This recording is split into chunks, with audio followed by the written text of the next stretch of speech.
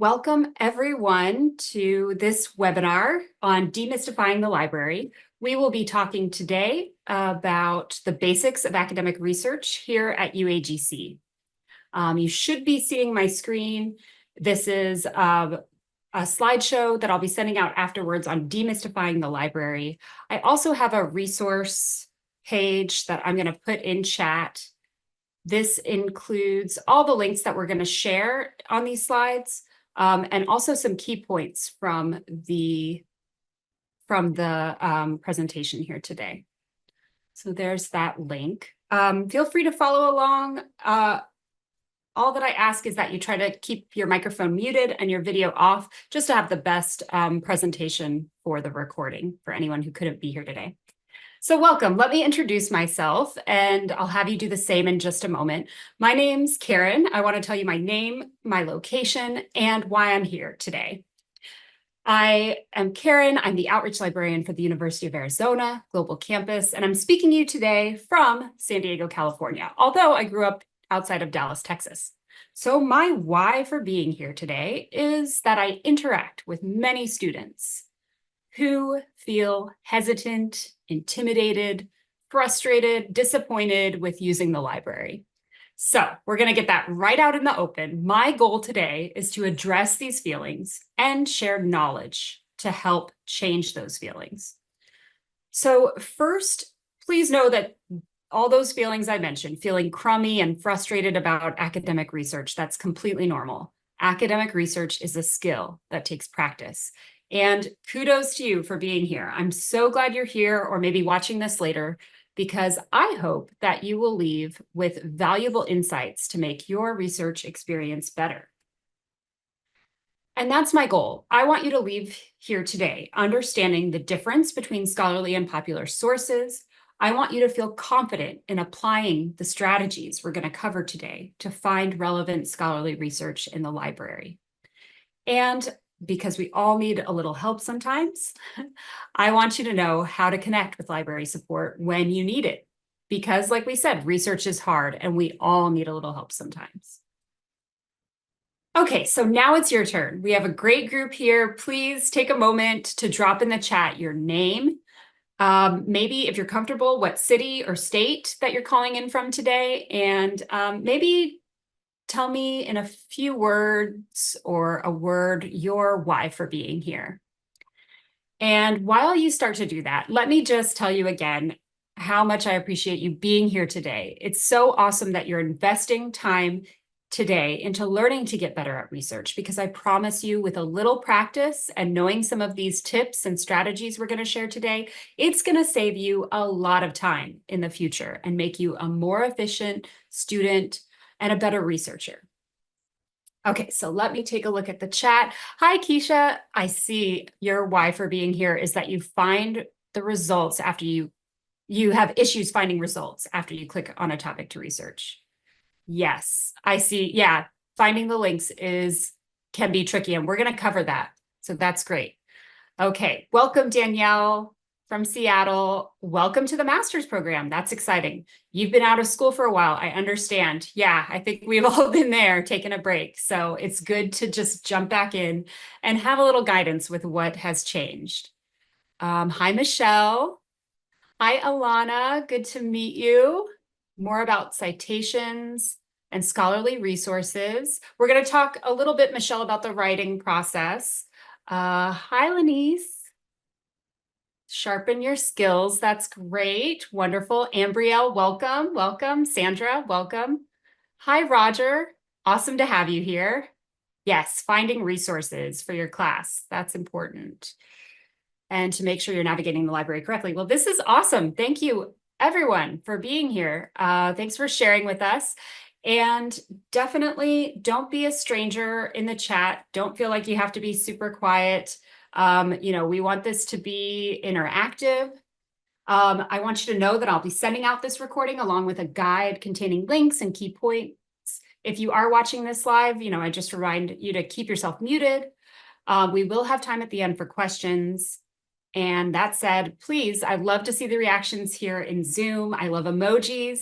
Please feel free right now to shoot up a heart emoji or a thumbs up if you can hear me. And as we go through, if I say something that resonates with you, please toss me an emoji, let me know, give me feedback. And of course, the chat is there for you to ask questions, talk to each other, and engage actively. We want this to be interactive and fun.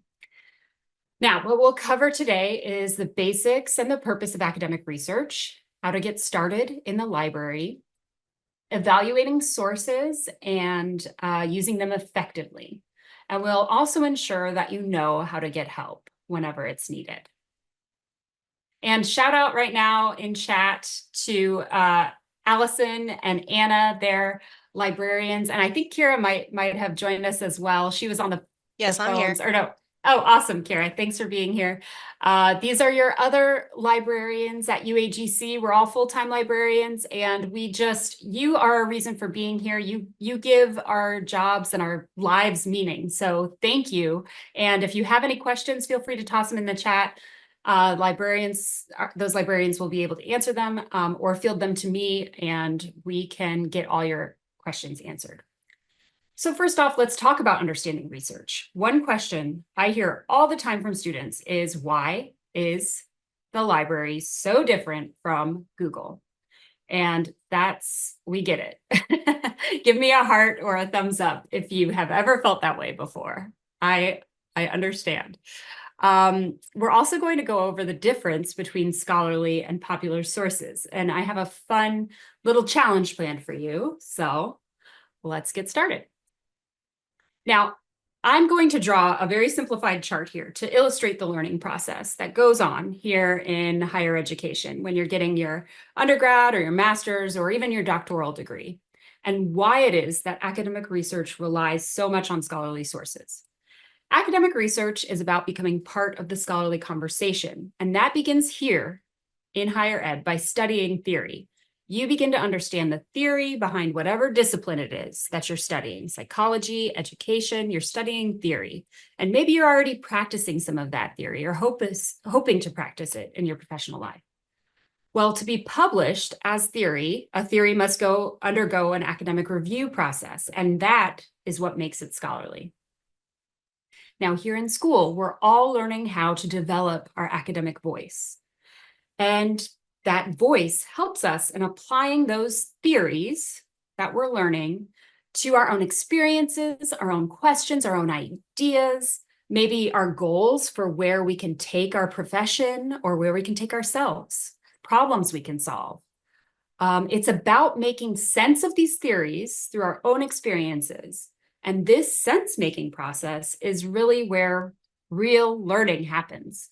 And it's this quest for knowledge that is symbolized by the degree that we earn.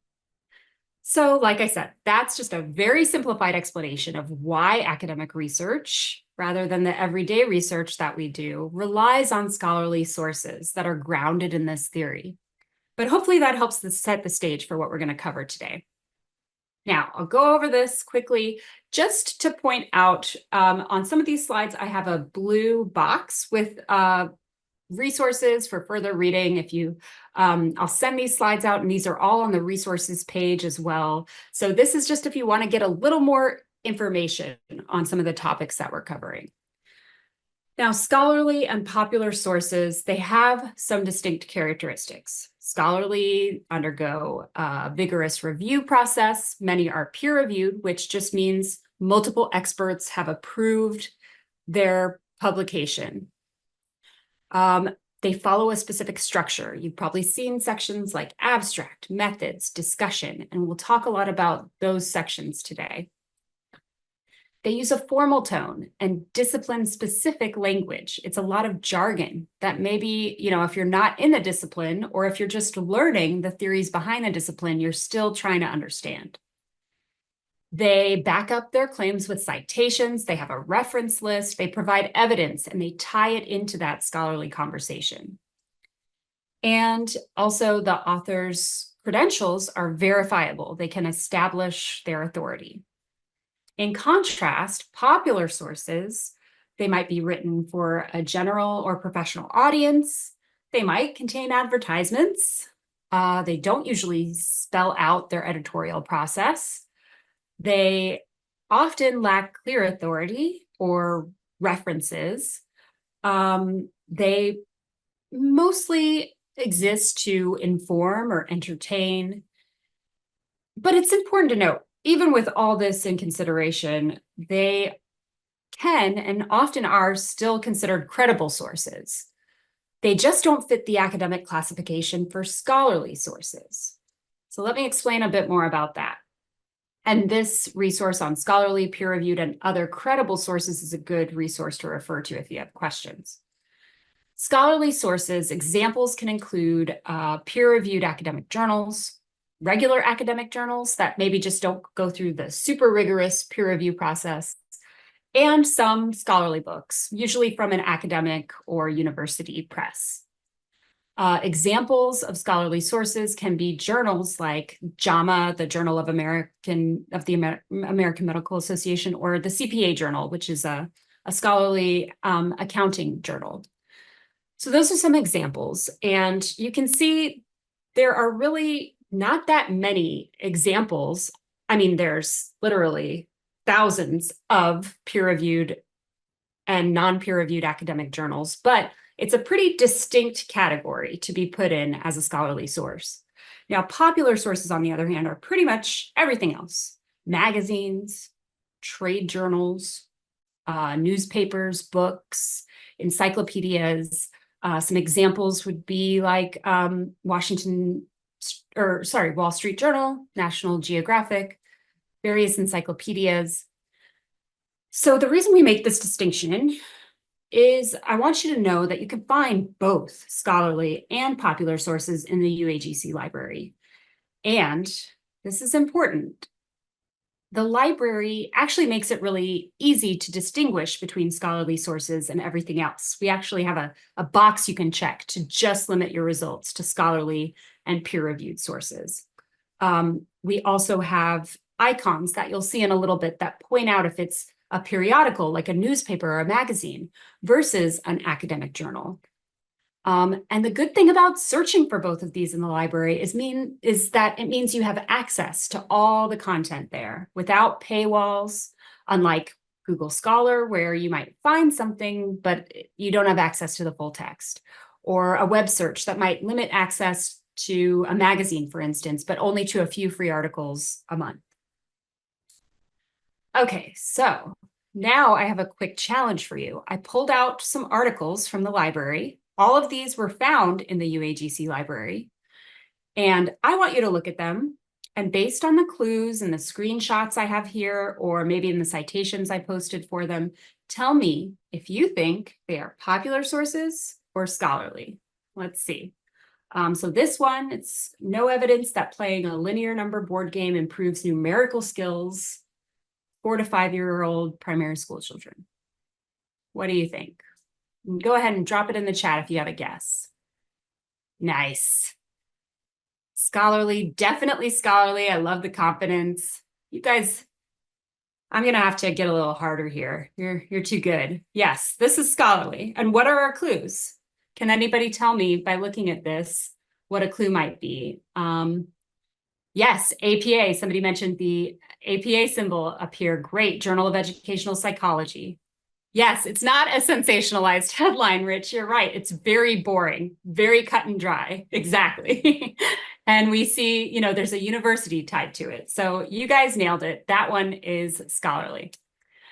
This one, let's see. I got it from ProQuest. A lot of academic journal articles in ProQuest. And you can tell I went for sort of a board games theme with this one. What would you guess for this one? Classic board games reimagined for mobile screens. Okay, I see a vote for popular. This is getting a little harder, maybe. It's a little tricky, right? Because it's in ProQuest, which we know has a lot of scholarly articles, but it also has access to a lot of popular articles as well. And yes, I see Sandra makes a good point. There's an abstract here. That's very good. And that's an important distinguishment to make is scholarly databases will try to provide an abstract to everything, whether it's popular or scholarly. So you might have to dig a little deeper to see, okay, it's got an abstract, but does it have a methods section, for example? And somebody, I think it was Felicity, pointed out, this is from the New York Times. That's a very popular newspaper. So this is getting a little trickier, but you guys, for the most part, got it right. Popular. This is a popular source. But this shows how it can be tricky. And I know, Sandra, trust me, students have called me and said, is this scholarly or popular? And I have to really dig. Like, it's not always cut and dry. But I'll show you on this next one how the UAGC library can help. So this one gets very tricky, just a warning. So this one's it's from a magazine called Automotive Design and Production, from a magazine, from a journal, whatever you want to call it. Yes, Kira's right. Popular sources can still be credible. And this one, it's hard to tell. It's got a lot of jargon. I'm going to give you guys a little clue here. So this is what it looks like when I find it in Library OneSearch. And notice that it points to a periodical. That's a dead giveaway. And a lot of you nailed it. Yes, it's a popular source. So that's one example of how the library can make it pretty easy to know if what you're looking at is a popular source or a scholarly source. And then here's my last example. So that last one was popular. Here's one, and this gets a little tricky again, because now we know, wait, it has an abstract. But just because it has an abstract, does it mean it's popular? Or sorry, does it mean it's scholarly? This is from Social Theory and Practice. That could be a periodical, a magazine. It does have a DOI. That's usually a pretty good indication that it might be scholarly. Let's see what the library says. So the library points out that it's from an academic journal. And so it's pretty easy to tell. Yes, I like Angel pointed out, there's a lot of formal language here, right? We're seeing a lot of specific academic tone, right? So you guys did great. Did anyone get all 4 right? Give me a thumbs up or a heart. You did a great job. So yes, these are popular and scholarly sources. It's not always easy to tell, but you can find them all in the library. And so now that we know a bit more about the different kinds of sources out there and how they can all be found in the library, let's talk about how searching Google, which we use every day, is very different from searching in the library. And I want to do a little demonstration for you. So a student, let's say, is researching possible uses of artificial intelligence in the UAGC library. So they enter their research question directly into the library OneSearch box, just as they would if they were searching on Google. We do this all the time. Even though I search in the library, when I go to Google, I just talk to it like I'm talking to it, like I'm speaking. What are some applications of AI? Now, the student gets back results, and they only get back 194 results. This is a very small number because the student used natural language to search the database. Now, it doesn't take much practice for us to use Google because Google works with natural language searching. We don't even have to think about it, right? We can talk to it exactly how we would talk. And it will even make up for our mistakes. It'll fix our spelling errors. It'll make guesses about what we want. It'll rank our results based on our location, if we share it with it, our search history, our personal information, our shopping habits. It's impressive and maybe a little scary, right? But as impressive as Google is, for research at the college level, you just can't expect to use the same tools that you would use to do that everyday research, to find a recipe or to check the traffic on your way to work. Academic databases work differently. And if you try, like this student did, to approach Library OneSearch the way you would approach Google, you will have a very frustrating time in the library. And this is an example we see a lot from students, is they get this and then they say, wait a second, the library has nothing that I'm looking for. 194 results, how can it not have anything on AI? This is ridiculous. Well, let's try the same search, but break it down using keyword searching. So we're going to break it down on specific topics. Here, the student decides, I'm going to be a little more thoughtful about what I put into the search boxes. They're going to just put the main concepts and spell out main words like artificial intelligence. The library doesn't care if, like me, you can't spell or everything has typos. They're not going to do a good job of guessing what you mean. You have to be exact. So now, by using keyword searching, the student finds over 4 million search results, and from there, they can begin to refine their results. But that's just an example of how Google is so different from the library. And by the way, keyword searching, it's not just unique to the UAGC library. All academic databases work like this. In fact, we use the same academic databases. The big ones are like ProQuest and EBSCO. These are the same databases that universities all across the country use, and they don't work like Google because they aren't combing through an entire internet and trying to make sense of all the madness out there. Our databases, they're full of mostly journal articles, so they have specific fields to search. Everything's indexed in a very specific way. So this helps ensure that, unlike Google, your results don't get ranked by things like popularity, because that wouldn't be good for academic research, or ranked by things like sponsorship or who's paying for the top result. That wouldn't be great either. So there are some other pitfalls to watch out for when you're searching Google. Some academic integrity concerns that you should be aware of. I recommend reading this awesome resource, Potential Pitfalls of Searching Google, for more information about that. And that's going to be linked in the resources page. Okay, so now we've sort of outlined keyword searching. We are ready to focus on our library. Give me a thumbs up if you're ready to roll up your sleeves and dig in with searching in the library. First thing I want to make sure you know is how to set up a folder. Then we're going to talk about getting started with research, and we're going to talk about how generative AI tools can be a big help when getting started, or if you're stuck. And we'll go over some top search strategies. And then I want to give you some time to practice what we've learned a little bit. Okay, so where to find the library? Luckily, we have two ways to find the library. You can get there through your Canvas classroom on the Writing Center and Library link on the left-hand side, or through the student portal. Now, I laugh because today, for some reason, we're having a live webinar. So of course, today would be the day that randomly the link in Canvas to the library stops working. I've been here 7 years. This has never happened before. It happened today. So apologies if you have tried to get to the library through your Canvas course. Luckily, there's a way around it. You can still enter the library through your student portal.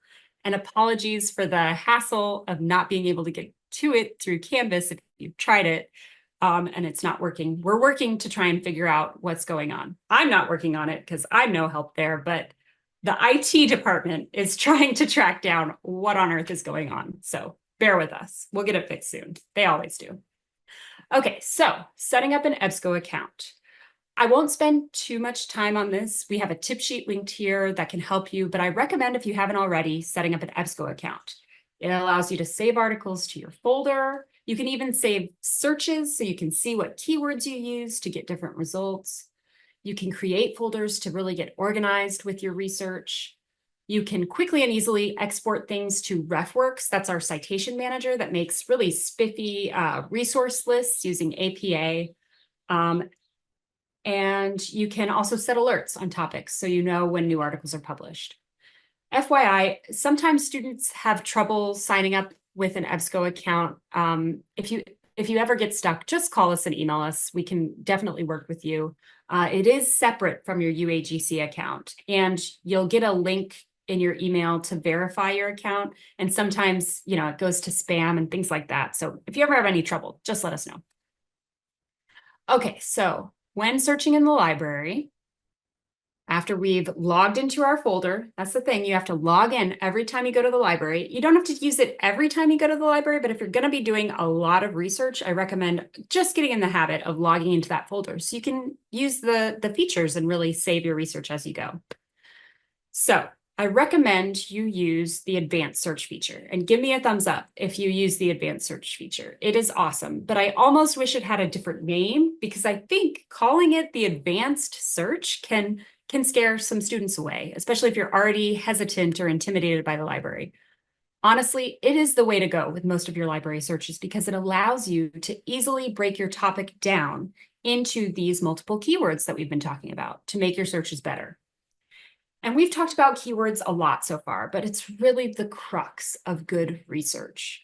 So I recommend to students as a first step before you begin searching in the library to generate a list of keywords you'll use. And this is where AI is really exciting, these generative AI tools. It can be really effective at saving you a lot of time at generating keywords or research topics. And give me a heart if you have played around at all with AI tools and you see how they can really help your research. It's pretty neat. So let me show you what I mean. Let's pretend my topic is on curriculum development in early childhood education. So here you can see I asked ChatGPT, in this case, to suggest some keywords for me. And this is what I get back. It breaks down some different keywords that I might have never even thought of before. It just really is really good at generating ideas and broadening your outlook on a research topic. Now I can take a few of these keywords and just plug them right into the library search boxes if any of these really speak to what I'm interested in researching. So this process can be really helpful if you're stuck with your research or just getting started. And this is an example of a totally appropriate use of ChatGPT. I'm not asking it to do my research for me. I'm not asking it to write my assignment for me. I'm just using it to generate ideas about my topic that I can then use and take to the library and do my own independent research more effectively.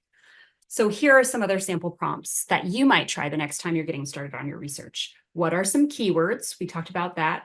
Maybe what are some subtopics? If you have a really broad research topic, you might want to find out, what some related topics might be. What are some of the controversies related to your topic? You can start to get an idea of where to look for articles on your topic, like what organizations, especially with statistics and things like that, what organizations track this information that I'm after? What scholarly journals publish articles on farming methods? ChatGPT will give you some suggestions, and then you can go investigate them in the library. So I really encourage you, if you have more questions about ChatGPT or generative AI, check out this resource that I've linked here. It's going to be in the resources page. It's from the Writing Center, and we wrote it in collaboration with them. And it's just really all about generative AI and your writing and research. Okay, so now we're going to be getting into some more advanced search techniques. I don't want to scare anyone off by calling it advanced. Again, it's just you're ready. You're ready. This is really where you start to connect those keywords in a way that's going to make your results more relevant. And I've linked to the advanced search techniques tip sheet that goes over all of this in detail. But really, we're talking about three little words here, and that's Boolean search operators and, or not. Let's say our sample research topic is about how does screen time affect children? Well, we can use and to return results that include both screen time and children. So this is going to pick up the overlap here in the Venn diagram. So this would be helpful if we want articles discussing the impact of screen time on children, but it's going to give us fewer results. If you want to expand your results, I recommend using or to create to connect related terms like screen time. Okay, well, that could also be video games. How do video games impact children? So maybe we want to connect those two using the or Boolean operator. And now we've got the overlap of screen time and video games, but also one or the other. So we're going to expand our results. And you'll see not is used very sparingly. This is really, I just encourage students to try this if you're getting results that are kind of throwing off your top results. Let's say you're really just interested in children, like nobody over the age of 9, let's say. So you keep getting results that are all about teenagers and video games. And I just get the teenagers out of there. So in that case, you might try not teenagers, and it's going to give you the same results that it did using or screen time or video games and children, but it's going to eliminate those teenager results. So you can really combine, like we did in this last one, you can combine these little words to create more complex, but more precise and relevant searches for you. Another tool to put in your toolbox is field searching. This one is great. It allows you to target specific parts of the database records. Everything's been indexed in a very specific way in an academic database. So here you can tell the database to just look at a specific field for your keyword. And it's going to really change your results, but it should make them a lot more relevant. For example, searching screen time and subject terms will look for documents that have been indexed with screen time as a major subject. So that should be highly relevant to this topic. And there's really three field terms or field areas that I recommend students kind of home in on, and that's title, subject terms, and abstract. And we'll do a little demonstration here. You can see them in the drop-down menu, but title, subject terms, and abstract are going to be really good ones to play around with. And this is what it could look like. So here we're searching screen time with, we're telling the database just find results where screen time appears in the title. Okay, so it's going to be fewer results, but they should be really relevant, right? We could also, this is a phrase, screen time, they're two words. You could also try putting quotes around it. It's just another way, it's all just trial and error, another way to tell the database to return a different type of results. In the case of quotations around it, you're asking it to return something with that exact phrase, screen time. So this is what subject terms looks like. For each result, you have these subject terms that are indexed in the database. So now you're telling the database, okay, bring me any results with children or adolescents appearing as a subject term. So we've got child, adolescent, child. So this is, again, just a different way to approach the same research. And AB abstract. Abstract is just a fancy word for a summary. It tells you what the article is about. So again, by searching for a keyword in the abstract, you should get results that are pretty relevant to your topic. This is a good time to point out the magnifying glass tool. This allows you to quickly scan the abstract of each result. And next to the abstract, there's also the folder tool. This is where I could easily add, if I was logged in to my EBSCO account, I could add a result that I want to save for later to my folder. So keep that in mind. So a common question I get from students is, how can I find things that only apply to the United States? Our databases are international. They pull from scholarship all over the world. So you might see results about China, Brazil, Nigeria. This is very common. I recommend to students, if you do want to focus your results on the United States, you can add United States as a subject term and just tell the database, only pull, because most articles are indexed with the location. If the location is a major topic, they're indexed with that location as a subject term. So that can really help you focus your search. And this is a good example. So a lot of times when I'm searching in the database, since we're, COVID-19 pandemic comes up a lot as a topic. It, changed a lot of the research that we're doing. There might be times where you see results and you're like, oh, that's not really what I'm interested in. How can I get rid of those results?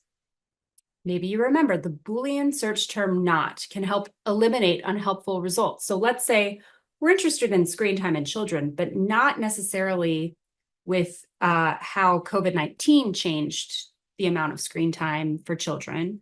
So let's add, and you can always add or subtract boxes to your advanced search feature.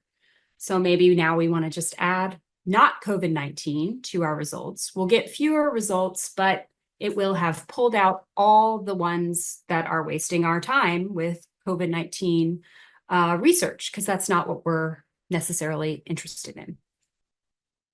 Okay, so that was a lot of information. Are you guys still with me? Are you ready for like a demonstration and we can kind of play around with it a little bit? How does that sound? Everybody with me? All right, so let me pull up my screen here. Awesome. Okay, so we've got this student portal. I'm not going to go through Canvas right now because I don't know if they've fixed the problem yet. We're going to go through the student portal, and you can get to the student portal in the Learning Resources box. It's the top link. Yay. And this should take you to the library. So go ahead. I'm going to start out, first of all, by going to Advanced Search, and this will take me into those 3 boxes stacked one on top of the other that you've been seeing in the slides. The first thing I'm going to do, and I'm terrible at remembering this, I'll be honest, is I'm going to remember to sign into my folder. And I won't take a lot of time today to show you, the ins and outs of signing in for an account, because that does take a little time. But just know we have a tip sheet that can help you. And if you have trouble, reach out to us. But now I'm signed in. I know I'm signed in because it says sign out up here, and it has my folder there that I can get to at any time. Okay, so please drop some ideas in the chat, some basic topics that you might be researching right now for a course, or maybe just 1 or 2 words about what you might investigate in the library. I'm going to pick an example here for us to play around with, but feel free on your own computers to maybe practice with your own topic. I see some good ideas here: anti-human trafficking, Fourth Amendment rights, fraud among elderly, laws of discrimination. Okay, so these are great topics. Let's see. So one thing I encourage students to do is, you phrased it, anti-human trafficking, and we want to get down to like very basics. So maybe we want to try human trafficking. But before I just jump in, because that will give us some ideas about human trafficking in general, I'll just start with that. Before I jump into it, though, let's go to ChatGPT, and I'm just going to put in the topic and ask ChatGPT, what are some good keywords to use to research human trafficking? And let's just see. It's all trial and error. Let's see what ChatGPT has for me. So they give us a lot of keywords to go off of. They even break it down into like regional focus, organizations and efforts. And this might, just to show you some examples of what are organizations, sorry, I can't type. Like I said, lots of typos, that track data on human trafficking. And so there they can pull, some other websites that maybe you can go to for statistics and things like that. Maybe you want to ask it, what are some good research questions on the topic of anti-human trafficking? And so now it's just giving us things to consider. What are factors? That might be a good keyword we want to use. Economic conditions. How does that affect human trafficking? Technology and human trafficking. So now we're really starting to just expand what we could be searching for in the library. So let's take some of this. Let's see, human trafficking and economics. I'm just, pulling something out, and we'll see, maybe this isn't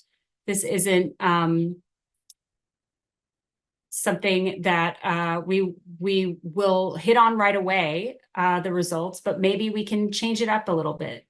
So this right away, I want to show you, we have, if we're only interested in scholarly and peer reviewed, I encourage students to check that box. These are all limiters across the left-hand side, and that's really going to limit our results in a way that they're more useful for us. If you know you need scholarly results, check that box. The publication date is another great way to really limit your results. Let's say, and most of the time you're probably going to be interested in the last 3 to 5 years of research, let's say. And okay, Angel says survivors. Okay, so let's do human trafficking and survivors.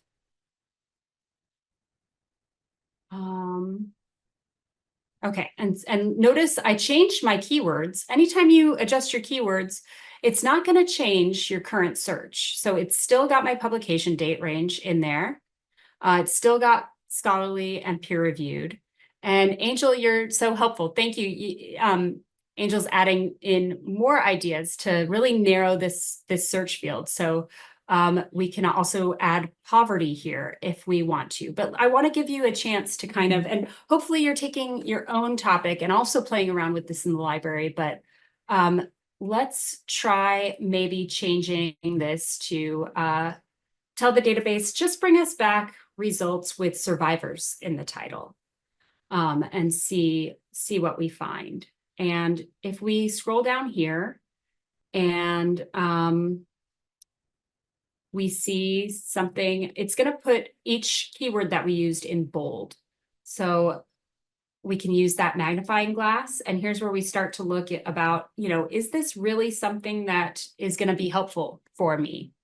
And I see Angel is already seeing or victim and poverty. So let's try survivors or victims. I love it.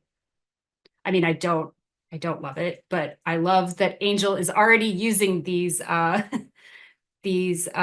search strategies and poverty. And let's see how we do with survivors or victims in the TI title. But you can see how just adding a few words, our results, they got a lot smaller, but I think they're going to be much more relevant maybe. So this is talking about therapy, health interventions.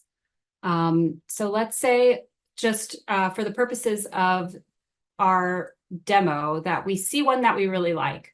Well, I'm logged into my folder, and that is key. You have to be logged in or it won't save it. But now I can click that add to folder button and it's going to be up here in my folder.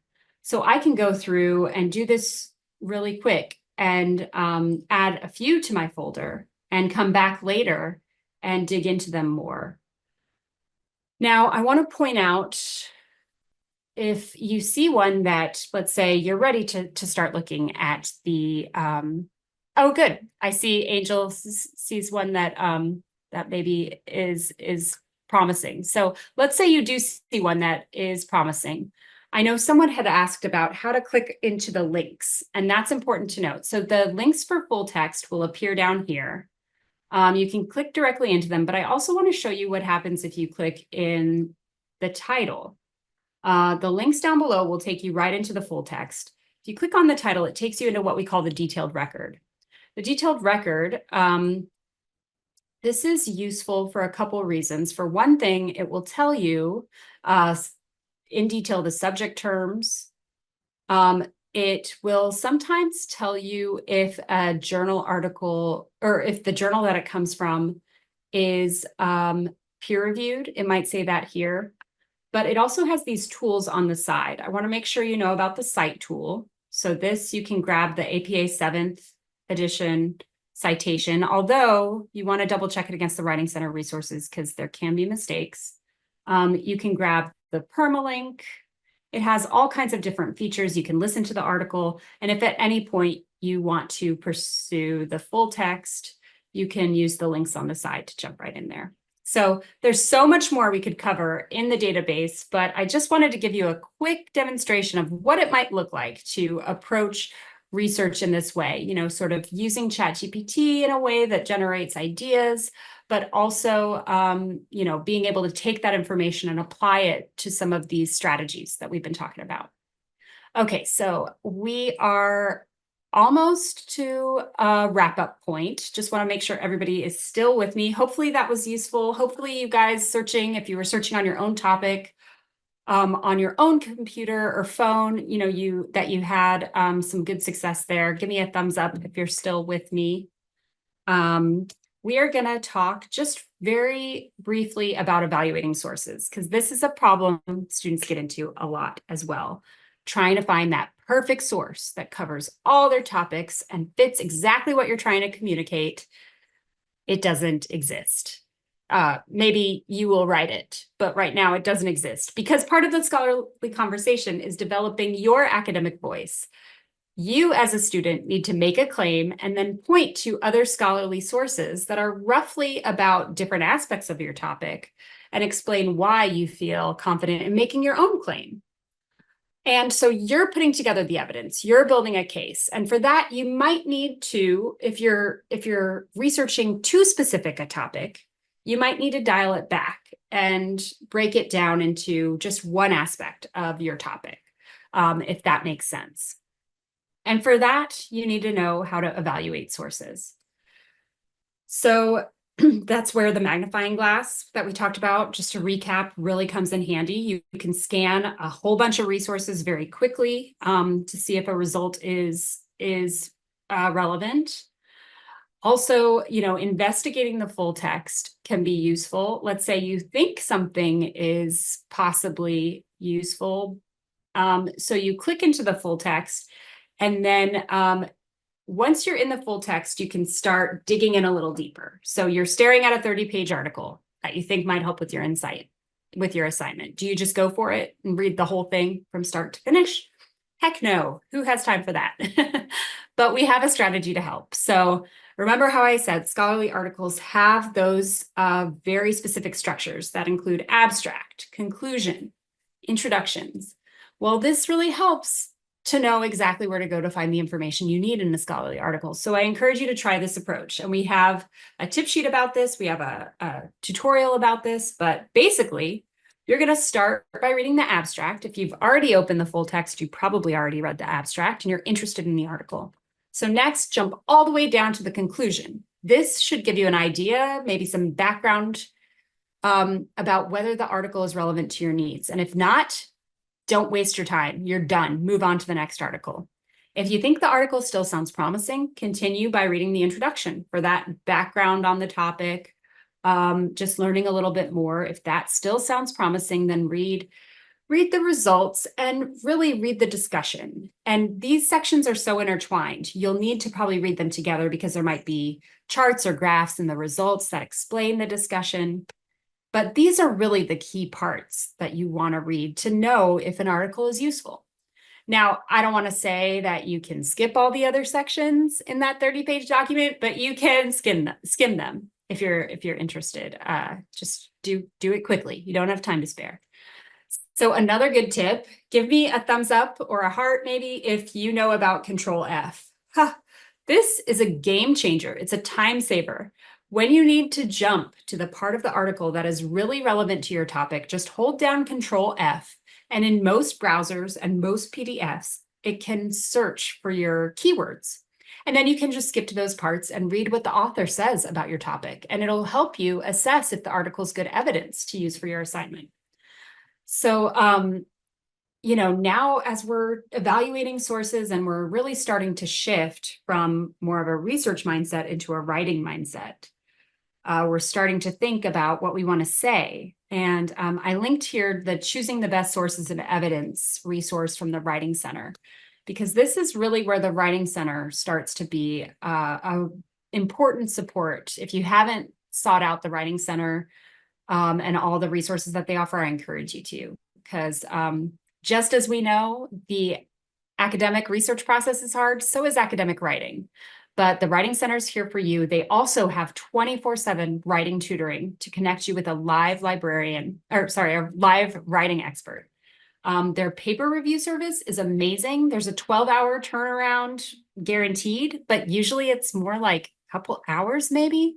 And they give you specific feedback on your papers, and you can use it again and again on any of your writing, discussion board posts, anything. It's amazing. Check it out. You have a free Grammarly account, and they will answer your questions also through email. So there's no excuse. Get in touch with them if you have any writing questions. The Writing Center website is also awesome. I use it all the time, and I recommend you to use this little magnifying glass to search for what you need. If you Need help with citing APA, outlining a paper, writing a discussion board post, I guarantee they have a resource for just about anything you could want. They also have monthly writing workshops every first Wednesday of the month. Next week is using AI for writing and research. So if just seeing some of that here, you want to extend that, I recommend sign up at this link for the live writing workshops as well.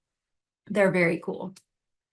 Okay, so that was sort of the Writing Center, a glimpse of that. I want to make sure that you know how to find help when you need it in the library as well. And notice I didn't say if you need it.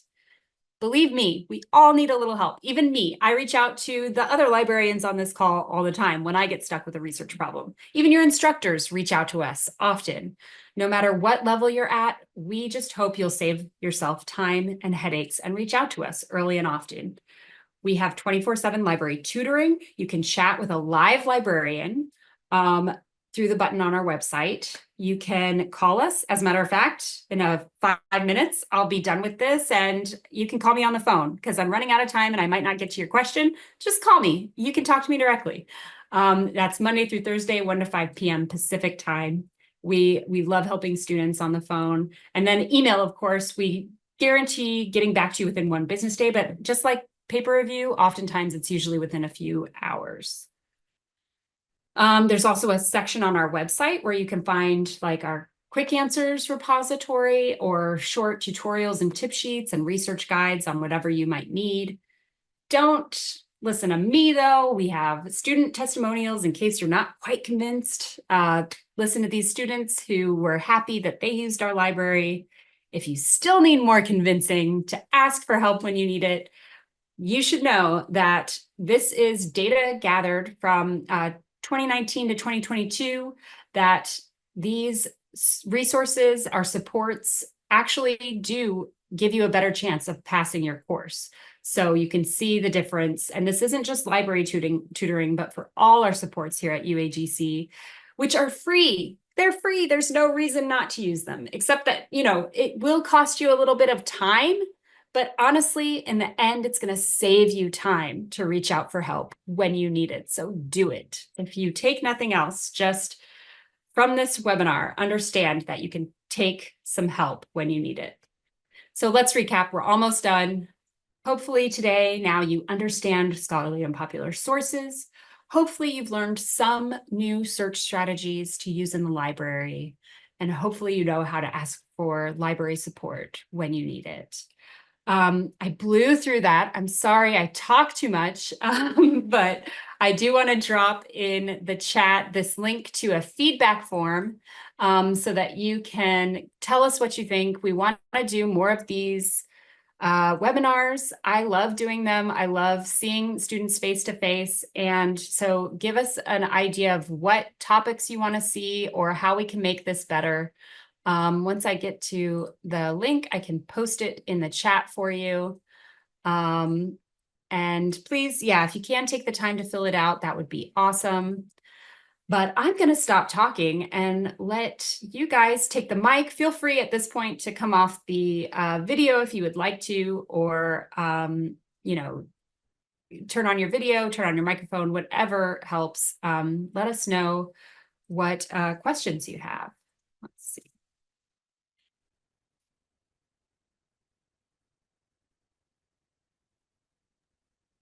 I dropped that feedback form in the chat. Feel free to grab that.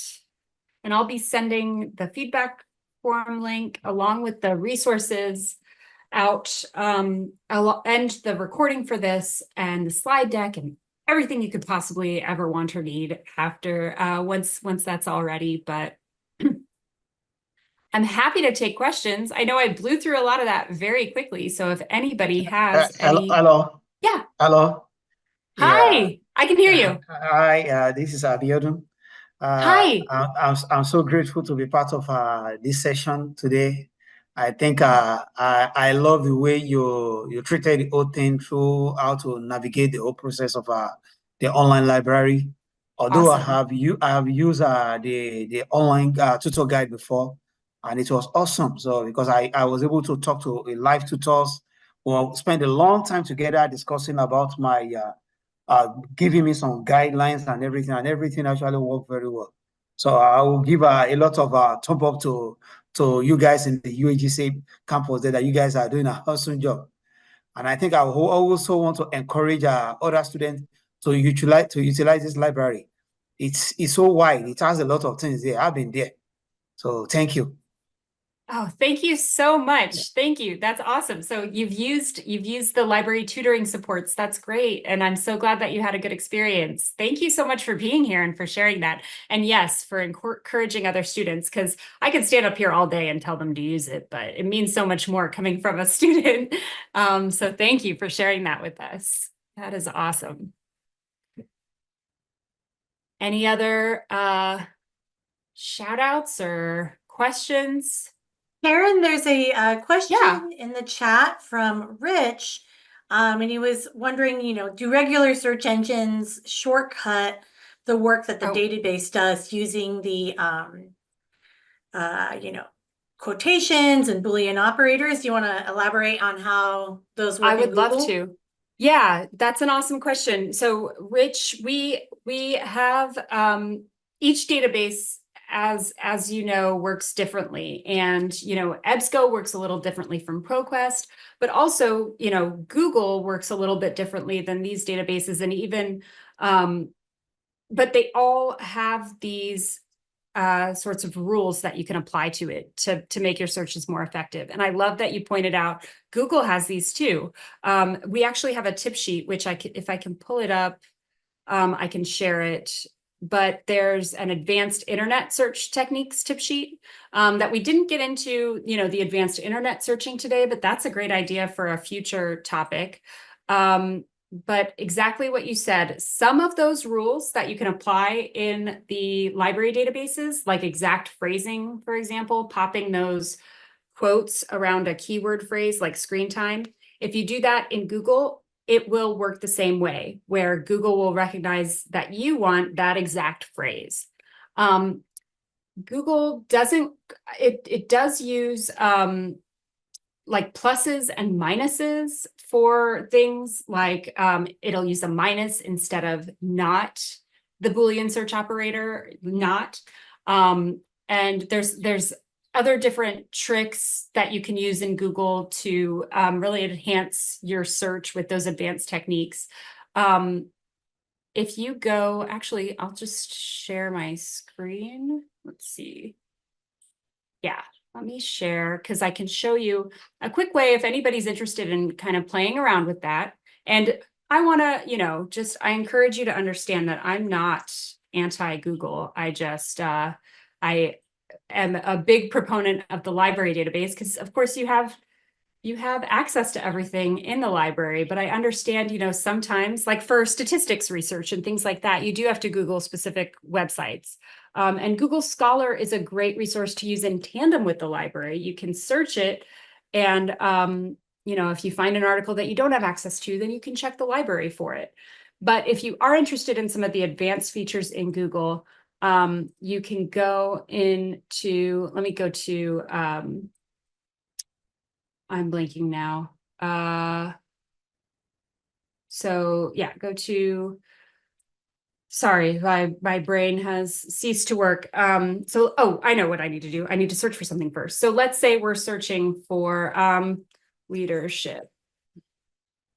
And from here, there's a couple different ways. If you go to the tools menu, you can see you get options for like limiting by time that it was published. You can click on this advanced search option, and here is where it spells out what those rules are in Google. And the same is true with Google Scholar. Let's see, if you go into Google Scholar, you also have the option here of doing, where is it? Oh, it's over here. Sorry, it always takes me a little bit of time. But you can find the advanced search options in Google Scholar as well, which gets at the same types of commands that you were talking about, Rich, like exact phrasing, finding articles with all of the words or without the words, that kind of thing. So I hope that answered your question. I can also link to that advanced internet search techniques tip sheet. once I find it. Any other questions from the chat or anything? Anybody had?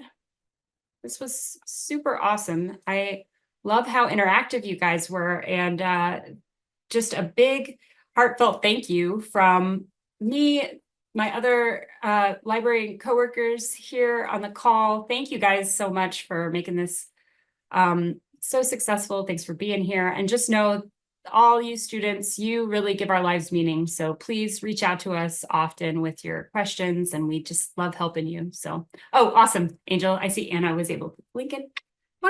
See what I'm talking about? Librarians are the best. Thank you, guys. And students are the best. We would not be here without you. So big And Karen, thank you're you the to you best. all. Thank you so much for leading this. This was very successful, and I love to see all the level of engagement. So thank you everyone for joining today. Thank you all. Bye. Take care. Bye. Take care.